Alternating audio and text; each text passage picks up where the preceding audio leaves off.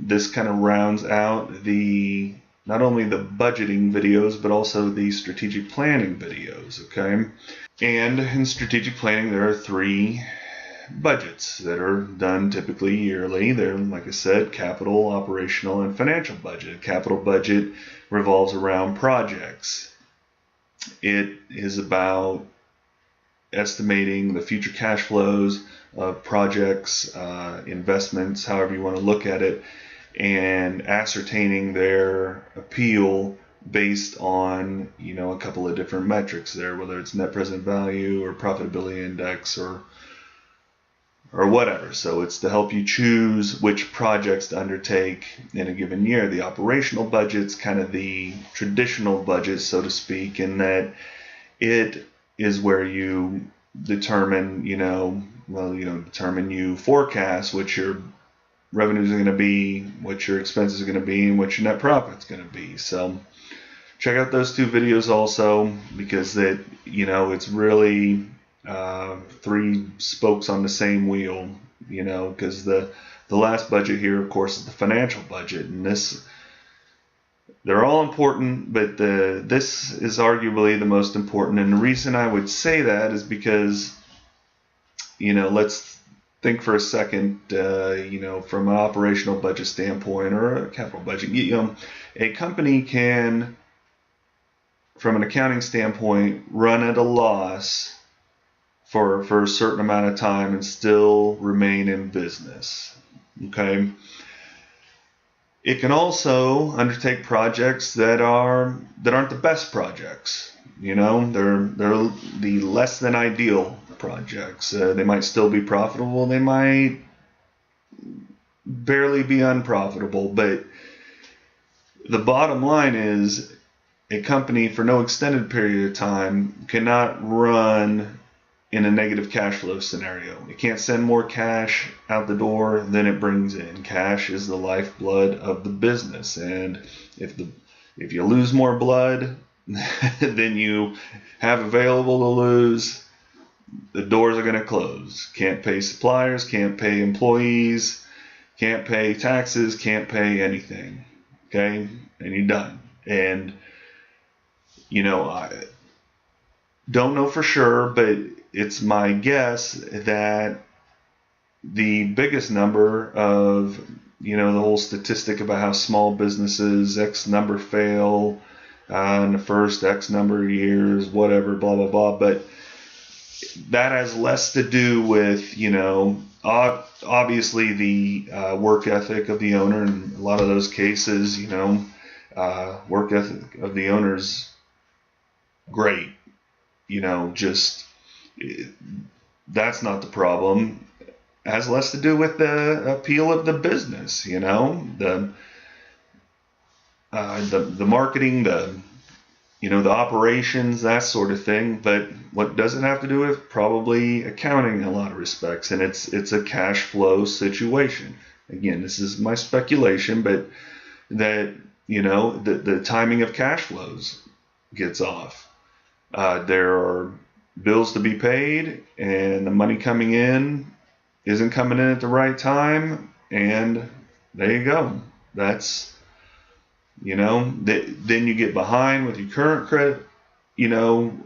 creditors, and you're playing catch up there, and it just spirals out of control. So all that being said, that's why financial budget is so important. Now, you're budgeting ahead for the whole year, and you want to stay on top. You want to stay on top of cash flows. I mean, day in, day out, because again, it's so important. But financial budgeting helps you look at it from a big picture. Like I said, for the whole coming year, your cash flow situation, you're forecasting it, and it's like any forecast, it's going to end up different. The reality is going to end up different than what you forecast in a spreadsheet, but it gives you the opportunity, just like the whole strategic planning, all the steps in that to look at big picture. Okay, so you get your big picture straight, then you can also focus day to day on small picture, immediate needs. You get your strategy right, then you can focus on your tactics. that are going to lead you to achieve the strategy that you set out. So that's a little bit about financial budgeting, what it is, and hopefully why it's important. Like I said, it's the lifeblood of the business. You got to keep the right amount of cash coming in regards to the amount of cash you got going out. So let's get into it here. We're going to walk through the workbook here, sheet by sheet. It's not as big or as long as the operating budget, but there's a lot of detail to go through here, particularly in the executive summary. A lot of ratios, 2 pro forma financial statements opposed to 1, and we'll get into all of that here. So anyhow, much like the operating budget, the financial budget starts on the revenue side of things. Cash coming in. Why? Because the amount of cash you send out is going to depend on the amount of cash you have coming in.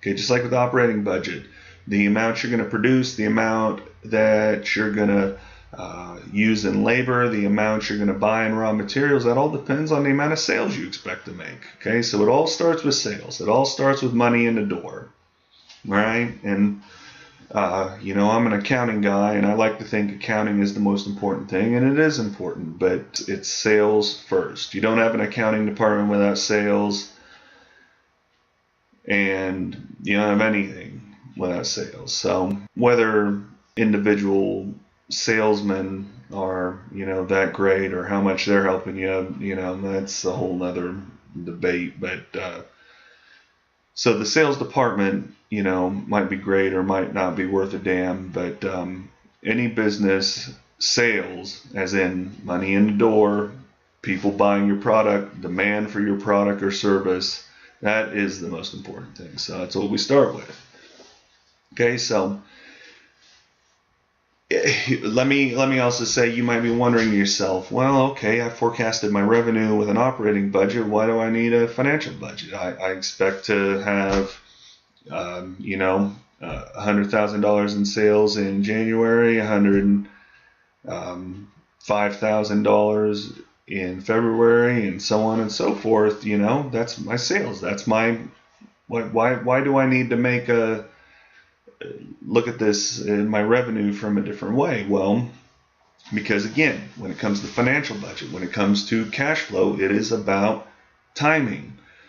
Whether those sales are collected in a given this month, next month, the month after, that makes all the difference, because your expenses then, whether they're due this month, next month, the month after that, whatever is, that's the timing. If you collect on your sales in 2 months, but all your bills are due next month, you got a problem. Okay, so that's why, again, it's a similar sort of thing, financial budget and operating budget, but it's different that you really scrutinize the timing of the cash flows with the financial budget. Okay, so let's look here.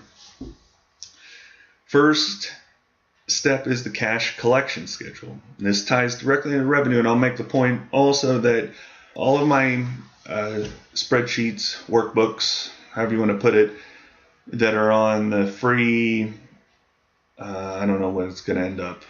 Here's the thing: is I change the number of free spreadsheets I have, but whatever, free 10, free 15, free 20 downloadable spreadsheets. Okay, they should, for the most part, tie together, as in what you see in sales in one spreadsheet should tie to another. What you see as an expense in one spreadsheet should tie to another, and that I did that for good reason, because I want you to be able to compare across them, all the different topics, whether it's budgeting or cost management, performance measurement, and those sort of things. I want you to be able to compare, when it says sales of a certain amount on one sheet, to be able to see where that amount is on, another spreadsheet. Okay, so this one's no exception. The projected sales here should, for the most part, I should change this date. This shows you, this is when I originally made them, 2010 going into 2011. But let's see. Let's make this 2019 because it's not 2011 anymore. So, all right. Right, so you're going to see then, compared to the operating budget, you're going to see these sales should be the same. Okay? These are your sales amounts. So you type them in directly. All right? Before you do that, you're going to start up here in the corner. Okay? And you're going to recognize this is from the operating budget too, the percentage of uncollectible sales. All right? We've got to account for that. It happens. You're going to make sales to companies, people that just aren't going to pay you. It's kind of a sad reality. Maybe they can't pay you because they didn't do a financial budget if it's another company. All right? Because their timing of their cash flows is on. They'd love to pay you, but they didn't commit any thought as to when they were going to receive their cash versus when they were going to have to spend it. So you definitely want to account for that, unless you're in you're getting direct deposits from everybody, and I mean, you should have at least some percentage of uncollectible sales. So these other three fields up here,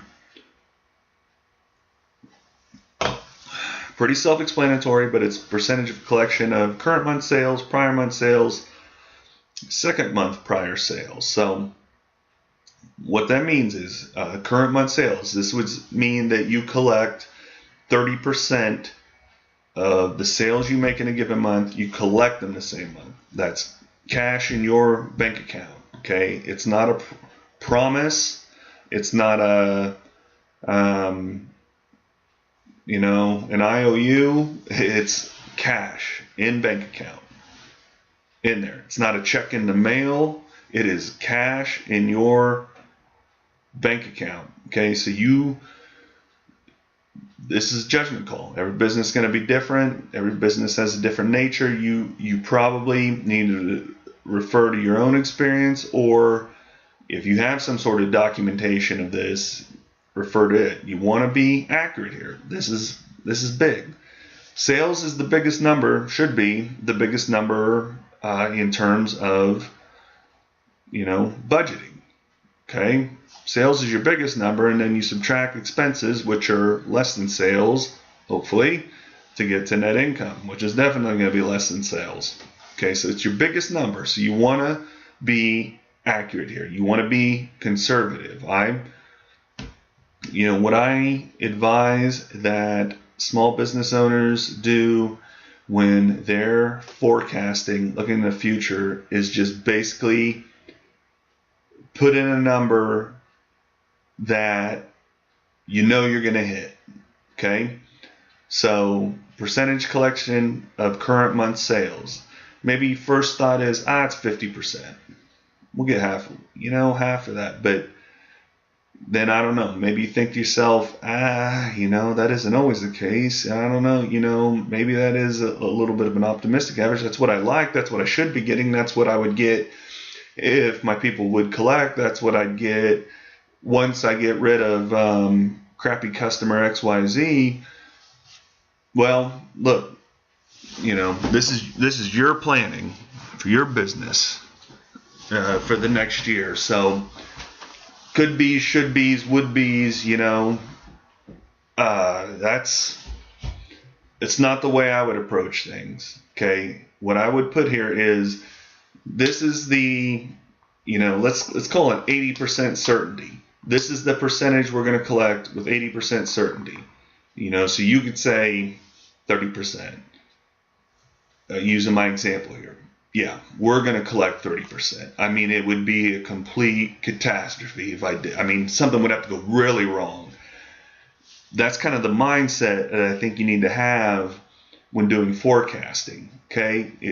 Because it's a plan for the hell is it? Hope for the best, plan for the worst sort of situation. Because if you go through all these budgeting worksheets, the capital budgeting, operational budget, financial budget, and you're planning conservatively.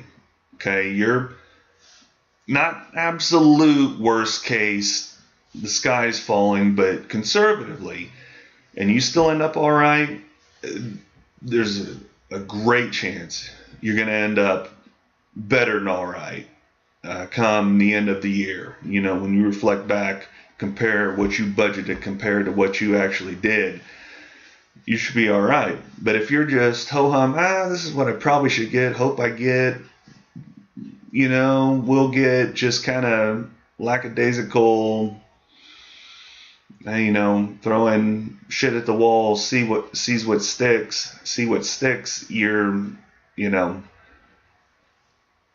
rolling the dice, you know, it's almost, if you're going to do that, don't probably take the time to budget, because, you know, I don't know. Like I said, I'd rather plan conservatively and, you know, further around the worst. And then, yeah, when things come out, probably will come out better than what I planned, then great.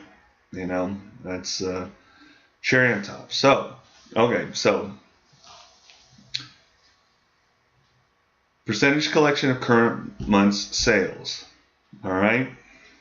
This month, sales you make this month, how much cash you're going to collect this month. Percentage collection prior month sales. Sales I make this month, and this is February of 2019, how much am I going to collect in March of 2019? Okay? Collect. Cash in the bank. Again, not checks in the mail, not promises, cash in the bank. All right, so we're saying here, then I make a set for whatever sales I make in February. February just started here. What is it? February 2nd, Groundhog Day. 70% I'm going to have cash in the bank by the end of March. Okay? And then in this example, we go out one more month. So February sales here, how much am I going to collect then in April? Okay, so we're getting way out there. But that's the nature of some businesses. If that ain't the nature of business, change that to 0. You're going to see, now it says it must equal 100, so you're going to have to tweak these other percentages. But yeah, you're going to see all the calculations made. Of course, that's the whole point of spreadsheet.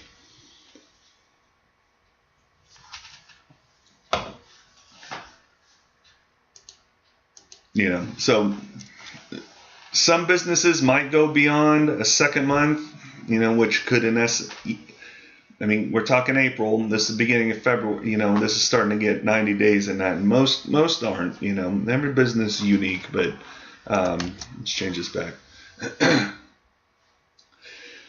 You know, you should be able to tweak this to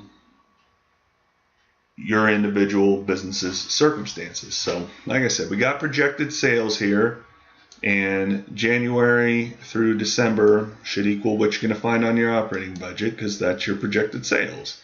Okay, now you might have to fill in the blanks here. This, you know, you might have to forecast these months. Now, as I record this, these months have passed, but you know what I'm saying, that, you know, put in actual or put in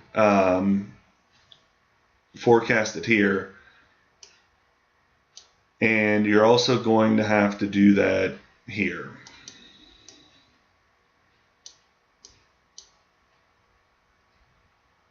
Because these are coming from previous months. Like this should equal 22.5%, but you know, so you can do a formula here or whatever, but this is, I don't know, this doesn't really factor in to anything that I know of.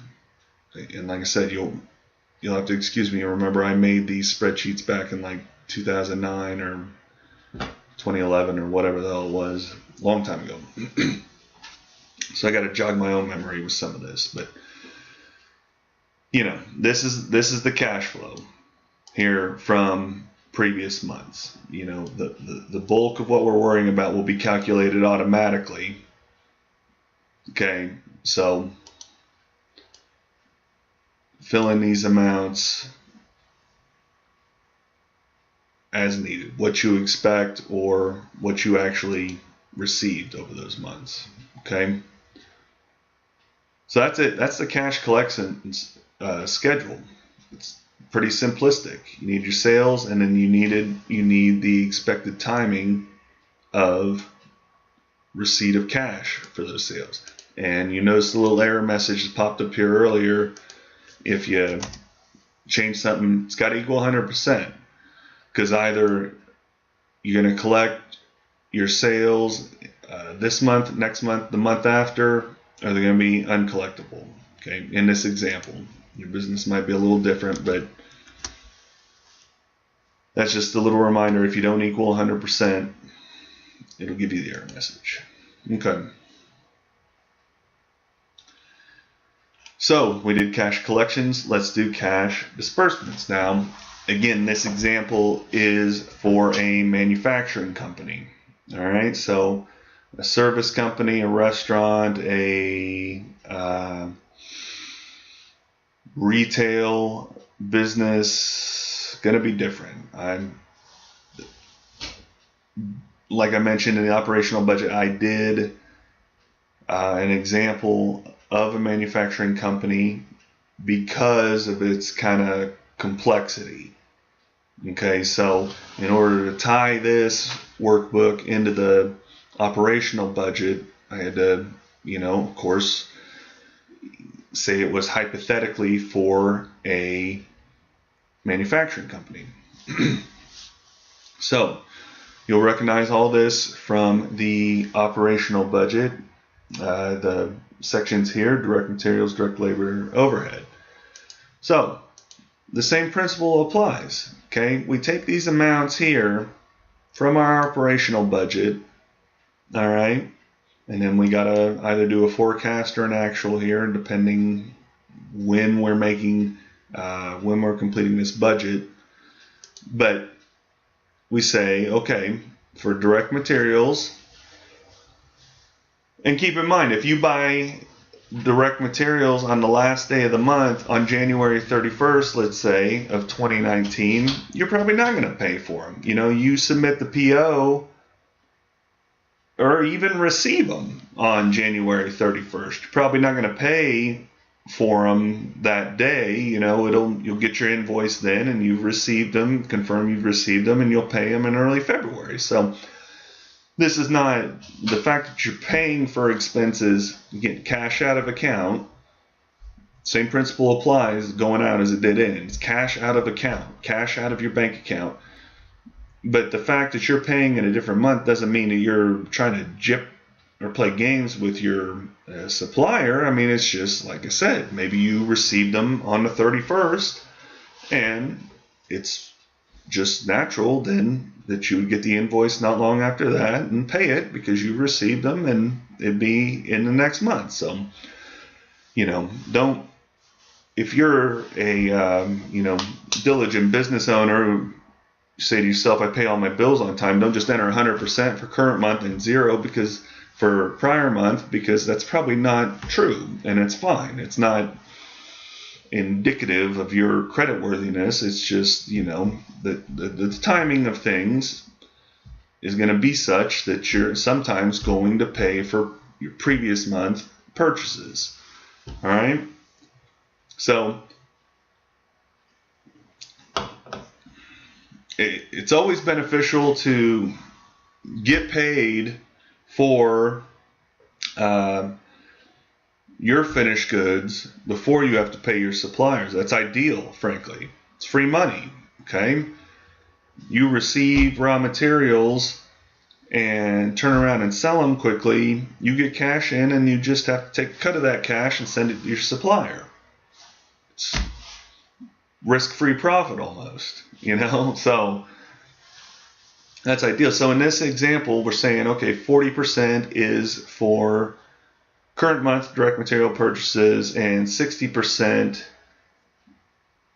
is paid the next month. Okay, if we, just so you understand the wording here, if we pay it the next month, then we're paying for the prior month purchases. Does that make sense? So purchase something in January, paying it in February. Well, in February, then it's for the prior month. Okay, so all this calculated out, of course, calculates the total cash out for direct materials. Excuse me. So we've got direct labor and overhead here. Same principles. Now, direct labor, you can't and shouldn't play as many games with the timing of cash flows there. You pay every 2 weeks, you pay every week, you pay twice a month, whatever it may be. But yeah, same principle applies. You'll incur direct labor expenses, let's say the last week of January. The payroll doesn't run until February. Well, that's fine. Then you're paying for the prior month. And there's nothing shady about that. That's just the timing of when expenses are accrued versus when they're paid. Okay? So we said in our example here, 75% of the time it's going to be the same month. 25% if you're going to be paying for the prior month. Okay? So, however you want to look at that. But again, you look, just look, you have to dig into your records a little bit. When expenses were accrued versus when they were paid. Overhead's the same. This is more, depreciation, which isn't a cash expense. So no, depreciation doesn't apply. That's good. And that just dawned on me. I should probably work that in here. Because, particularly manufacturing companies. So, I got a little bit of inspiration from my YouTube video here. I need to work that in because, right, some overhead expenses are non-cash. Depreciation, of course, being the biggest, the most obvious. So, yeah, okay, I'll do that. Anyhow, we'll keep pushing forward here, but things like utilities, things like supervisor salaries, things like supplies, things like maintenance, okay, that's all overhead. And, in this case, I just said 50-50. Half will be paid in the current month, the other half will be paid in the following month. So, operating expenses. Okay, this is set up to look at those from more of a straight up cash basis, as when the cash leaves versus this amount this month, another amount next month, so on and so forth. So that's just filled in straight out. No calculations are made. Just type it in. Okay?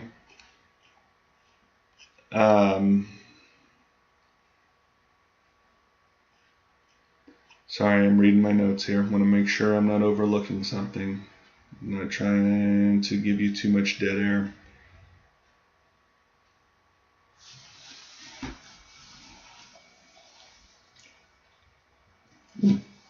And part of the reason that these aren't done with the whole percent current month, percent prior month, like overhead, labor, and material is because these aren't inventoriable expenses. I mean, that's mainly where it comes into play what's accrued versus what you pay with cash. You can just say flat out,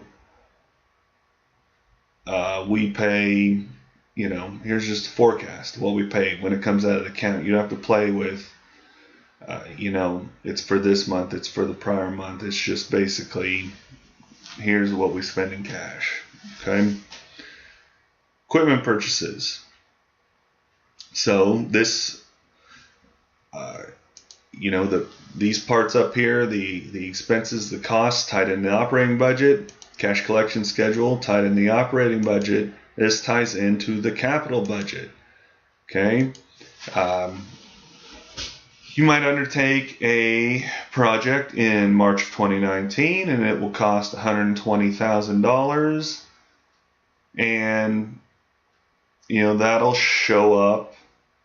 You'll spend $120,000 coming out of your bank account on in March, but might show up on your income statement, your operating budget, as a depreciation expense that comes out over 10 years, 15 years, whatever it is, every month. Okay, so there's a difference. You're concerned here, this is your financial budget, so you're concerned with cash, timing of cash flows. So that might have been what I was thinking up here in the overhead part. This overhead should have depreciation stripped out of it. Okay, because depreciation is a non-cash expense. And you know what? I might have even done that. I'll have to go back and check. Again, it's been 8 years since I made this thing. 7, 8 years, whatever, long time. Because you want to focus on cash out. Depreciation is not cash out. Okay, so this might be you might have bought an asset here that has a 10-year life, straight line depreciation. Okay, so it's $12,000 a year, $1,000 a month. Well, there's not $1,000 a month coming out of your bank account. No, you're paying $120,000 today for that asset. Okay, maybe you're planning to make a couple other purchases here from your capital budget. $200,000 in July, $90,000 in November. Okay, that's when the cash is leaving.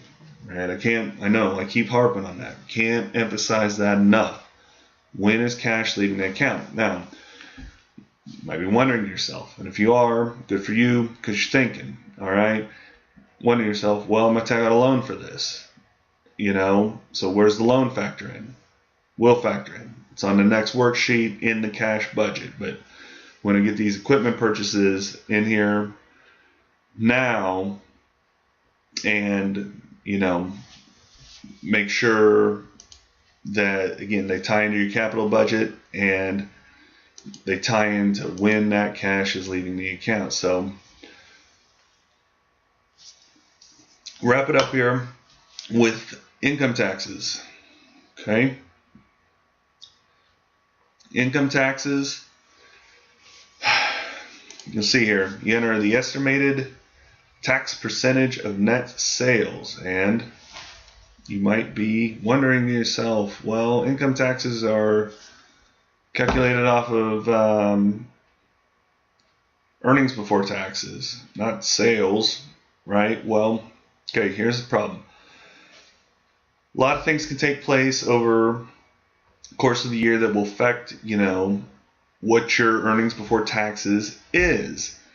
It's just a simplistic way to make a forecast, because you're probably going to pay quarterly taxes, and you can refer to your own historical information there to ascertain what a rough estimated amount of sales is. I mean, you could do it by earnings before taxes and go back to your operating budget, etc. But that being said, as much as I try to tie all these workbooks into each other, so you can reference one and see the same reference in another workbook, I still like them to operate on their own, without having to do that, where you have the option but not the necessity. So that's why it's percentage of sales, because it is just an estimate, and I didn't want you to have to. It didn't make sense to include in this a month by month income statement where to calculate your estimated quarterly tax payments. So Anyhow, these amounts here are going to pull. You can, if for some reason you have other tax payments or something similar you would fall in there, you can enter them into white cells. Like every Spreadsheets for Business workbook, white cells are where you enter information. Colored cells are either text or formulas, so leave them alone unless you really know what you're doing. But, you know, if you download the worksheet, then, you know, just do whatever the heck you want with. So there we go. Anyhow, estimated tax percentage of sales going to affect these tax payments. So down here we have grand total. This is cash out month by month over the course of the planning period, January through December. Okay. So cash budget is where we're going to kind of start bringing the information on the cash collection schedule and the cash disbursement schedule together. Okay, the very first cell up here is a white cell, you notice, because it is your forecasted cash that you're going to start the year with. January 1st, 2019, 2020, 2021, whatever the year may be. This is cash in the bank. Okay? Not cash in equivalents, cash in the bank. Okay? It's a financial budget, a cash budget.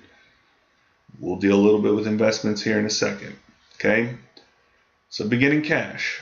All right? So here you go. This all pulls from the respective sheets. Cash from sales, we got $1296,776. Oh, there that is right there. So on and so forth over the course of the planning period. Got cash disbursements, cash payments for direct labor, $264,789 in February. Scroll up here to direct labor, $264,789. Okay, it's all pulling from there. All these amounts, total cash disbursements, cash from sales. So this is what we start the month with. This is cash we're going to bring in from sales, current month and previous months, back in December, November of 2018. This cash we're sending out the door for direct materials, direct labor, overhead, operating expenses, equipment purchases, and estimated tax. And this says, this is just the difference between the two. Basically, we're bringing in $136,000 in this example company, $627 more than we're sending out. So if we add that to what we started the month with, takes us up to $792. Now here also, you'll notice for the year, you'll be expected to enter a desired ending cash balance. Okay, so this is what you want to end the month with in terms of cash. You're planning. You enter what you want. Okay, you might find out that it's feasible or not. Nope, I lost my light there. Timer went off. Pardon me. There we go. Okay. You can put whatever you want here. If you want to end the month with, you know, $500 million in cash, then enter it. But, you know, you're gonna end up having to borrow to get there. Okay, so it's basically saying you enter throughout the course of the year. Now you notice in our example here, we're bumping it up every month a little bit from $680,000 in cash, trying to get up to $980, about a 50% increase in cash. Okay, you can increase it, keep it the same, make it whatever. Put whatever you want. Be prepared to come back and change that, because of, you know, what you might find in terms of in the remainder of the cash budget, and what you might find in terms of the executive summary. Okay, so here's the excess or shortfall. And I did something here because this should have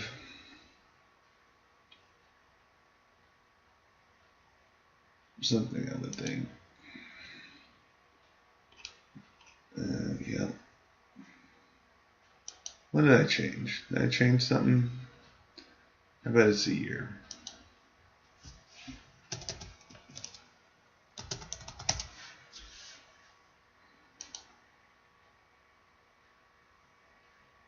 Yeah, okay. I'm going to have to change that year back to 2011, but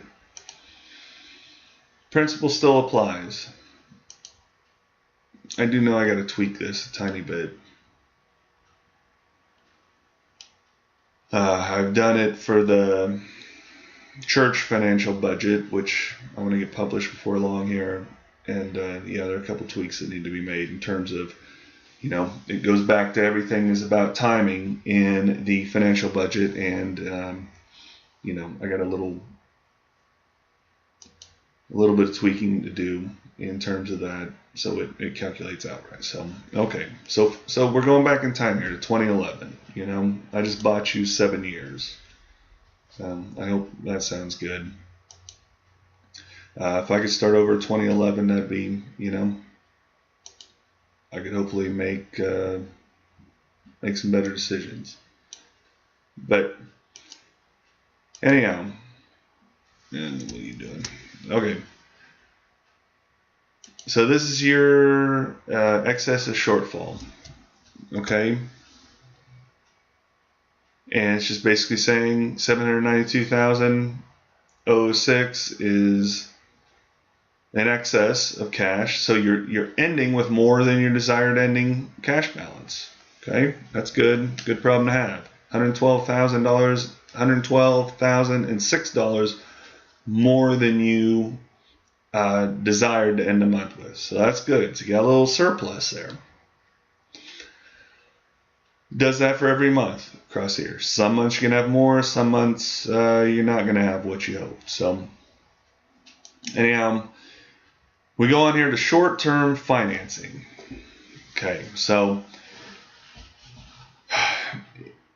this is where I had to paint in kind of broad strokes because every business is different. There are arrangements in terms of financing, and so I had to kind of make a simplistic assumption here. And the assumption for this example company is basically that you have access to a line of credit, okay, and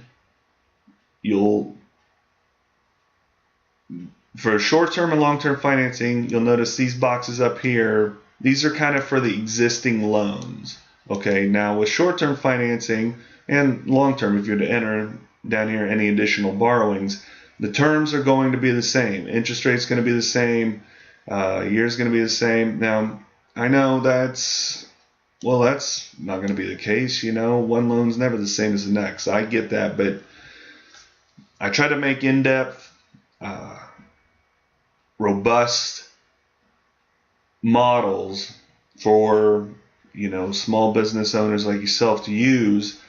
But at a certain point you're like, you got to draw the line on complication. If I had you sit here and put in, well, okay, this will be the new interest rate, this will be the new terms, and I mean, it just gets, like I said, they push boundaries of being overwhelming as it is.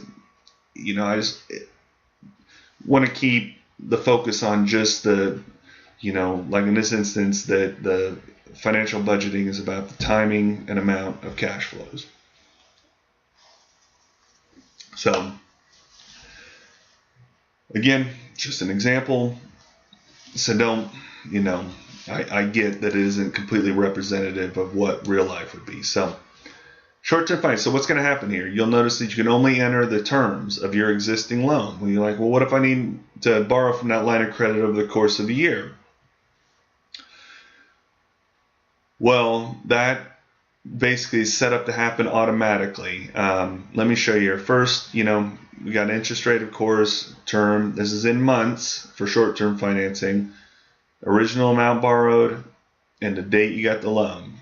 So that might have been what was messing me up earlier, because this loan was for 2010 and I changed it to 2019 and got confused or something like that. But I'll get that fixed. The point still remains. So just bear with me as we go back in time here, like I said. So this hypothetical company had to borrow $70,000 back in September of last year to, keep their heads above water. Okay, so here is the repayments for that $70,000 loan. It's a 1-year loan, 12 months, right? So the loan was taken out in September. First payment would have been due in October. So October, November, December, 3 months in 2010, and then the first 9 months in 2011. Okay, and it does all that for you automatically. To change this to 6/1/2010, you'll notice it'll adjust. Okay, if you change the amount, the payment amount will adjust. If you change the term, payment amount and the date it's paid off. Okay, so it's going to do all for you automatically. Obviously, interest rate's going to be the same thing. I wanted to show you though here.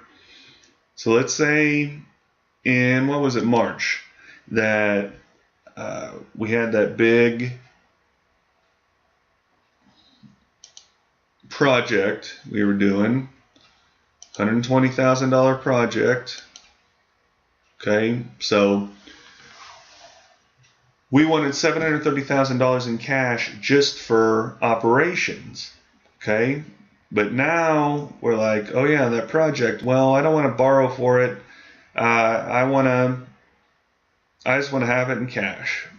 Okay, so we add that. What is that? $850,000 just for this month to pay for that project. Look what happens here.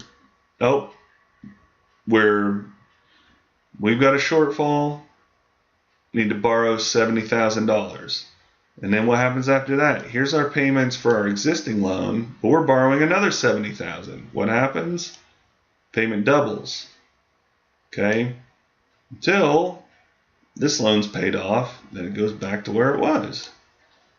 All right? So, I strive to make this thing super dynamic, to where you'd really be able to see the effects of changing variables. And I think I succeeded for the most part in that respect. Like I said, I got a little bit of tweaks here to do, but I spent a long time on my church financial budget workbook and learned a lot about how I could make this even better. So I will get those updates put in here. So change that back to the way it was.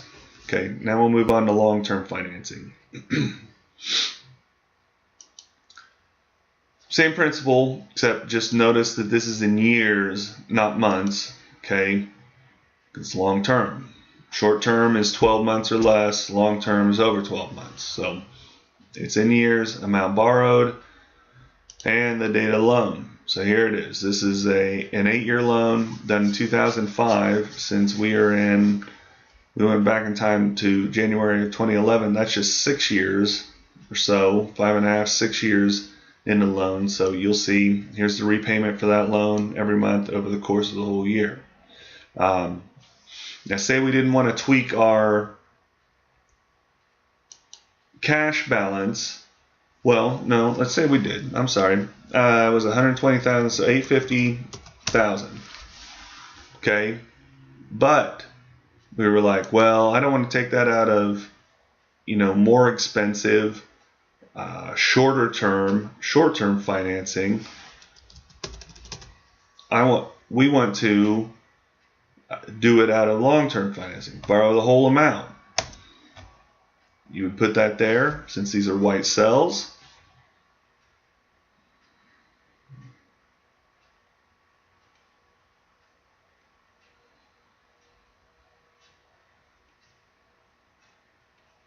And what that does then is it still does that, but it takes out a short-term financing, but puts a lot into investments down here. Okay, So there's kind of, what I ran into here was kind of a circular reasoning sort of thing, where it's either the amount you short-term finance depends on the amount of investments. The amount of investments depends on your cash flow, and depends. Okay, but in any event, you can put any additional amount you plan to borrow down here, and it'll affect your payment. You see, $120,000, but it'll also be over 8 years of that, so it really just bumps the payment up at about $1,500 a month or so. Okay, so dynamic in that respect. Enter anything down here that you would foresee changing in terms of long-term financing you would want to take out. Let's change this back to 730, I think.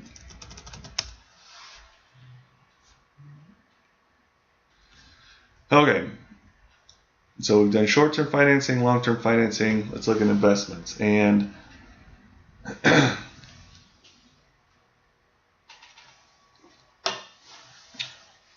income rate for invested funds. So this would be dividends, interest you would earn on money and investments. Typically, companies aren't in the business of professionally investing their money, so returns of 8%, 10%, 15%, 20%, that's probably not realistic. You're, a lot of times just going to get whatever the money market rate is, and I know the money market rate isn't even approaching 3%. I don't remember if it was when I made this back in 2010, but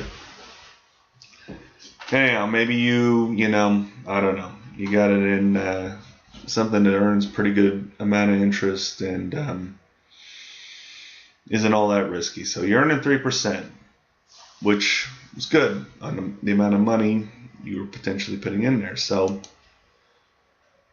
the investments section here shows that negative 80,662. Okay. So where does that come from?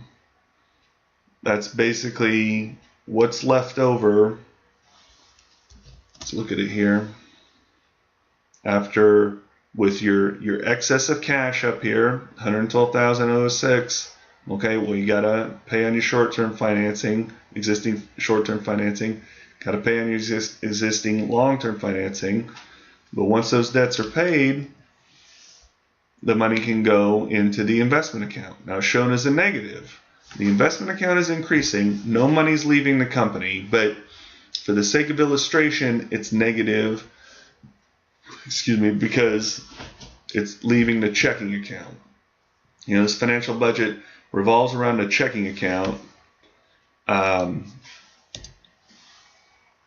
not the cash and equivalents. Like I said, if this goes into an investment account, it would be an equivalent, not cash. So, $80,000 coming out of the checking account. It's not disappearing, not leaving company, but it's coming out of the checking account. Okay, so when all that's said and done, where do we end up? Oh, our ending cash balance is $680,000, exactly where we wanted it. Okay, 705, 755, blah, blah, blah. Sometimes due to some rounding, it'll be a little off, like 730,420 versus 730,000.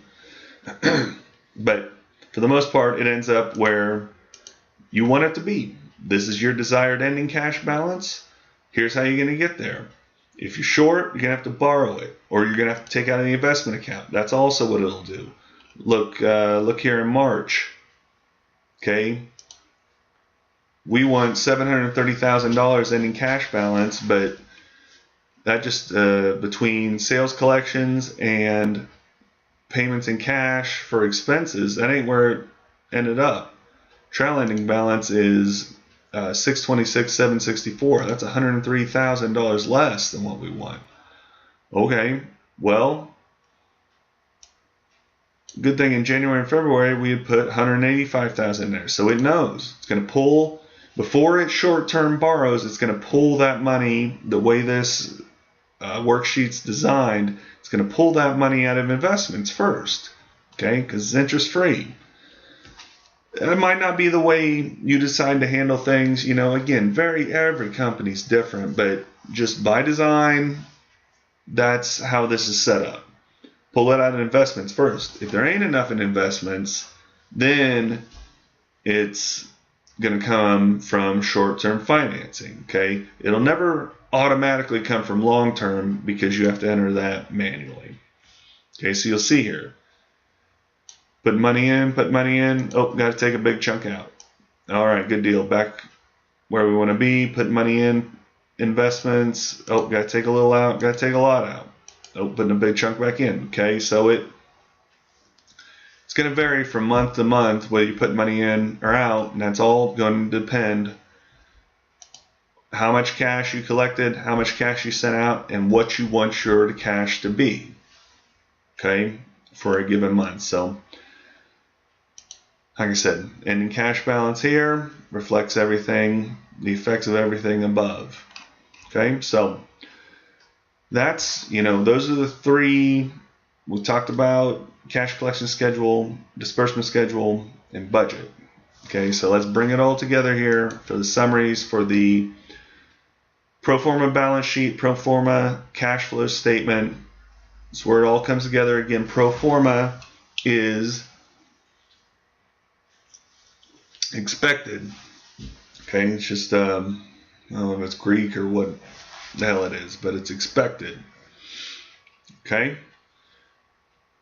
most of this is done automatically. There are a couple of things you got to fill in here because they aren't necessarily covered in the financial budget, and so it's just kind of fill in the blanks, to round out what's going to happen with the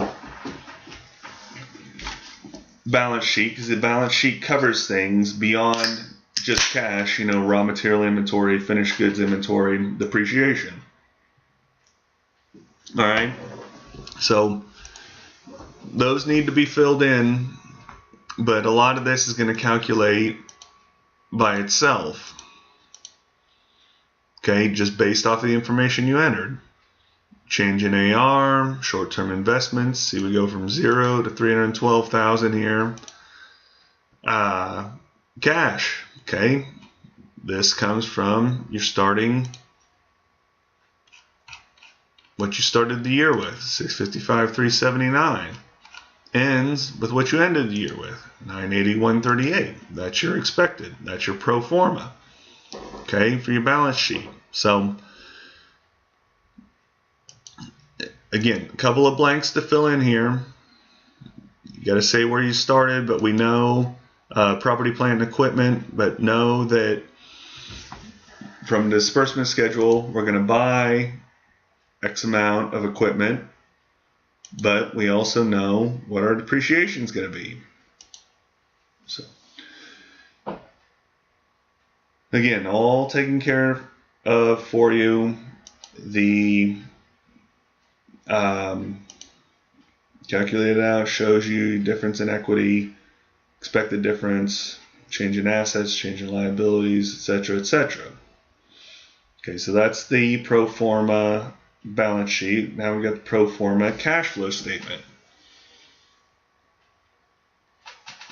Cash flow statements are broken into three sections: operating cash flow, investing cash flow, financing cash flow.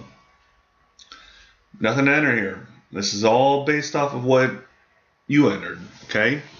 So it's your cash in from customers, paid to employees, suppliers, your interest, income taxes. There's your cash from operating activities.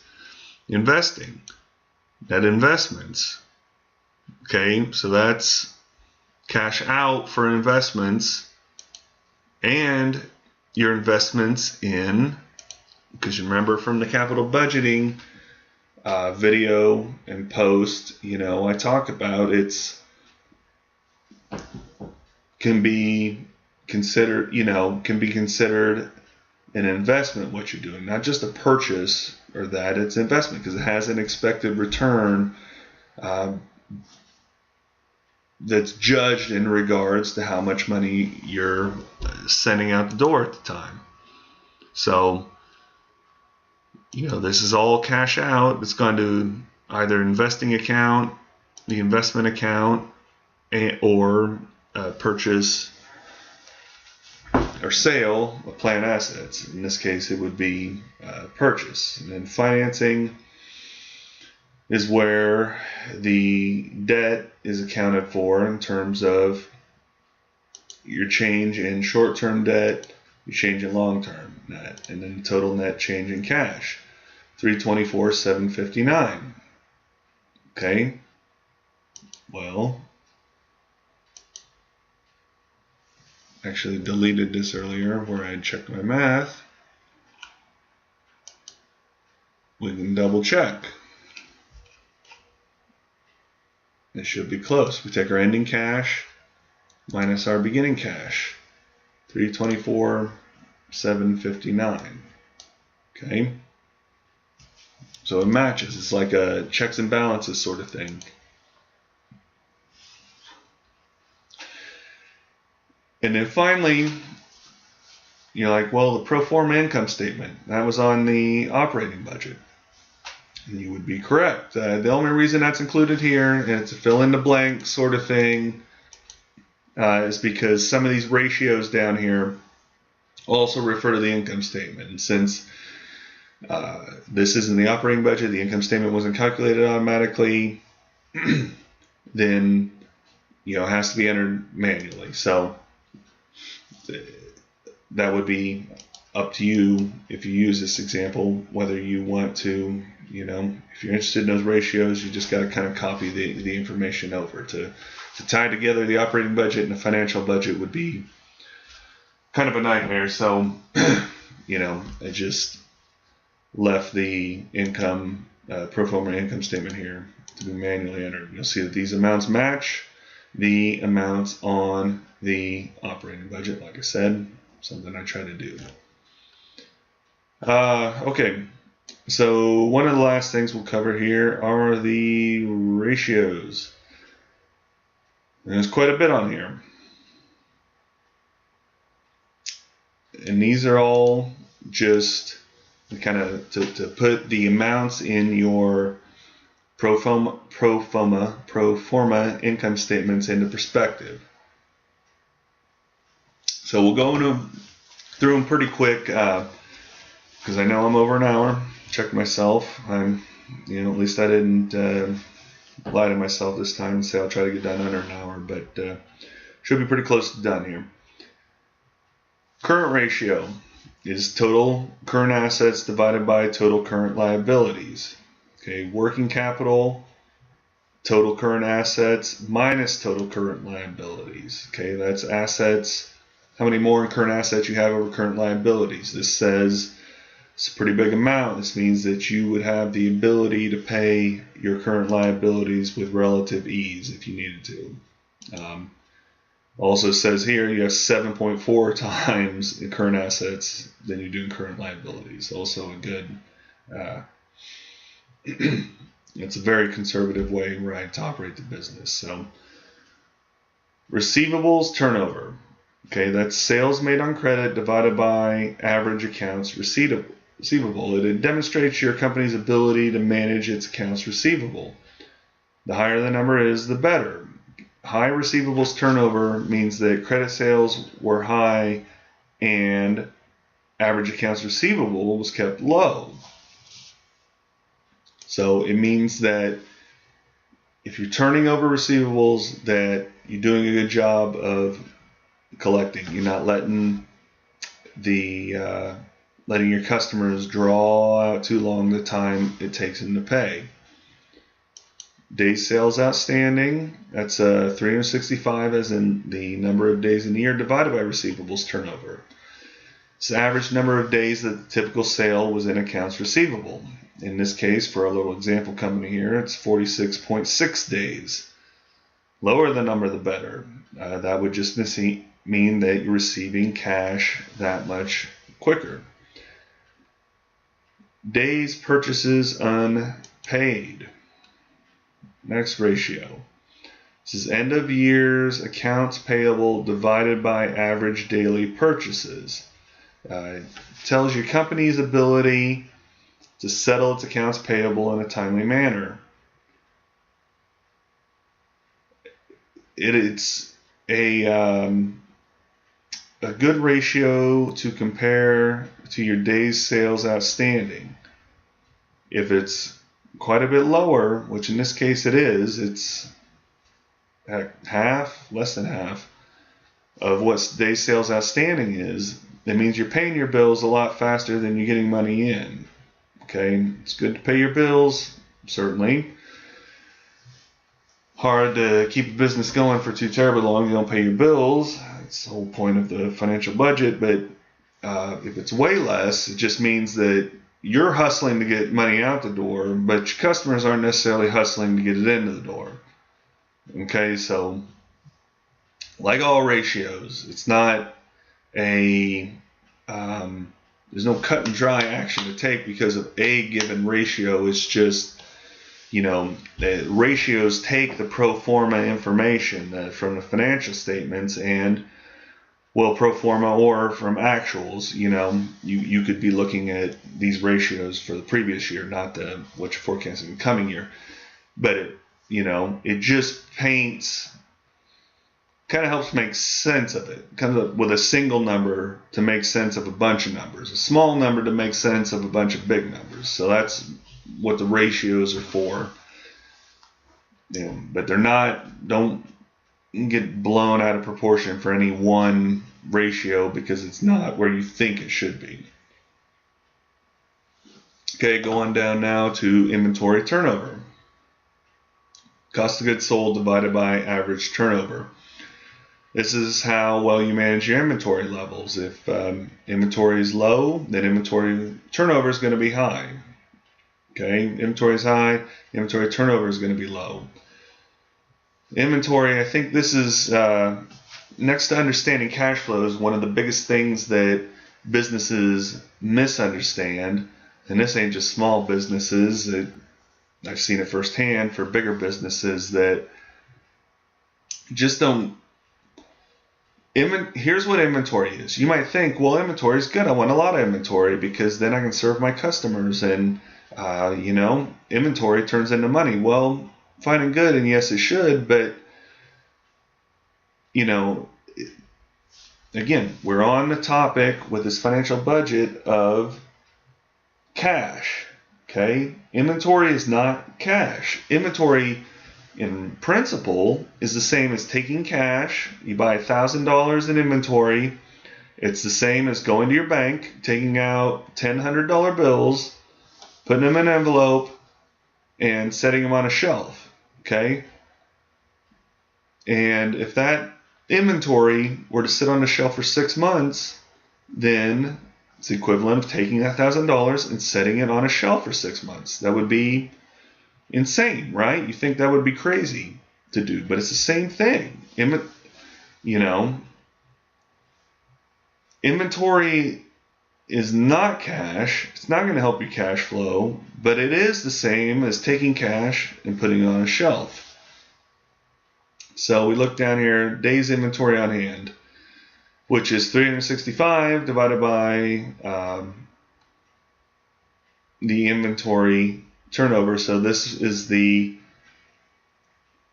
number of days sales that you could theoretically fulfill with what you have in inventory. Now, of course, that is dependent upon the type of inventory you have and etc. But again, it's just a number to kind of put things into perspective. It essentially says, in this case, you got enough inventory right now to cover 14 days worth of sales. Then you'd be out of inventory. Okay, operating cycle. The next one is days inventory on hand divided by plus, not divided by, days inventory on hand plus days sales outstanding. So 13.3 plus 46.6 equals 60.5.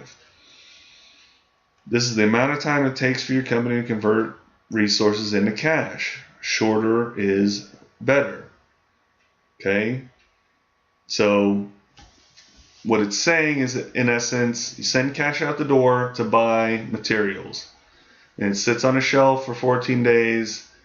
You sell it, then you wait for 46.6 days for your customers to pay you. So it's 60 days from when you send cash out till you get cash in. Shorter is better. You want to send cash out and get it back with your return, with your markup, with your gross margin on it as soon as possible. These next two are pretty straightforward. Debt to assets, debt to equity. It's just basically debt divided by assets, debt divided by equity. Okay. In these cases, it's small percentage. This has to do with your capital structure and how much you rely upon debt or equity for your financing. Return on equity. And this goes into, this kind of finally gets to why we put the information in the pro forma income statement, which is going to be net profit divided by total equity, return on assets, net profit divided by total assets, and that's, both of those just tell you basically for the equity you have, what's the return you're earning on it. For the assets that you utilize, what's your return on them. Okay. Asset turnover is net sales divided by average assets. Okay. This is how effectively your assets were used to generate sales. So higher is better. Okay. If you use your assets, in this case they used, the theoretical company used its assets to generate 2.9 times that in sales. If the company across the street used its assets to generate 6 times the amount of assets in sales, they would be using their assets more efficiently. Okay. And the last ratio here is operating cash flow to income, and that's cash from operating activities divided by net profit. And it's just a relationship then between operating cash flow, cash you actually received from operations, versus net income. Because remember, net income is going to have to doesn't consider timing. If you make a sale in December but don't collect it till January, well, that sale under generally accepted accounting principles is going to be for December. Okay, so this is basically a ratio that kind of tells you, here's what GAAP, generally accepted accounting principles, is telling you made in net income, but here's what you actually receive. So you're going to want that as close to 100% as possible. Closer the better. So, and here then, like with most worksheets, a little bit of a chart shows the cash situation, the forecasted cash situation over the coming year. Okay, you've got the red is what you're collecting, tan is what you're sending out, and black is the cash balance. So just kind of a visualization of what you expect to happen to cash over the coming year. So that covers the financial budget workbook for spreadsheetsforbusiness.com. I'm at an hour 15 minutes now, so we'll wrap this up quick. Look, if you stuck with me this long, you're a trooper. It's awesome. Appreciate it. I hate to ask anymore, because I make these videos for you, for small business owners, for, in some cases might be students, might be prospective entrepreneurs, I don't know, but I obviously make this because I want to share it. All right, these downloads are free, site's free, information on there is free and everything. So, but the internet is a popularity contest, and in order for me to reach other people, people like you, got to get likes, got to get subscriptions, got to get alerts, I guess is a thing now. Got to get, I don't know, Google, YouTube has its algorithms, and love them, hate them, whatever, they exist. So, like I said, you got to play the popularity contest a little bit. Tell you what, this is a brand new channel, which I'm guessing you're probably noticing you're watching this video by the lack of subscriptions, lack of likes, lack of more or less everything. It's brand new. This is my 6th video, 5th video, something like that. Look, goal for this video is 10 likes, 20 subscriptions. So if you take a glance at those numbers right now, as you're watching this video and see that I haven't met that goal yet, that would be an awesome way for you to say thanks. And really, I'm not looking for your thanks. I mean, I do this because I think it needs to be done, but it'd be an awesome way to show Google that, hey, this is good stuff, So if you could help me hit those goals, 10 likes, 20 subscriptions off of this video, very much appreciated. Welcome comments, of course, and really, in this one, usually I have some specific question in mind for comments, but in this one, it's just, this is kind of like the operating budget, very involved, a lot of variable. If you're new to it, it might seem a little overwhelming, so just put your questions down in the comments in regards to financial budget, and myself or somebody else who's keen on this topic can help you answer those questions. So anyhow, thanks for sticking with me. Appreciate it. Much more in the way of videos to go, so keep an eye out for them. Subscribe. All right, thanks guys. Bye.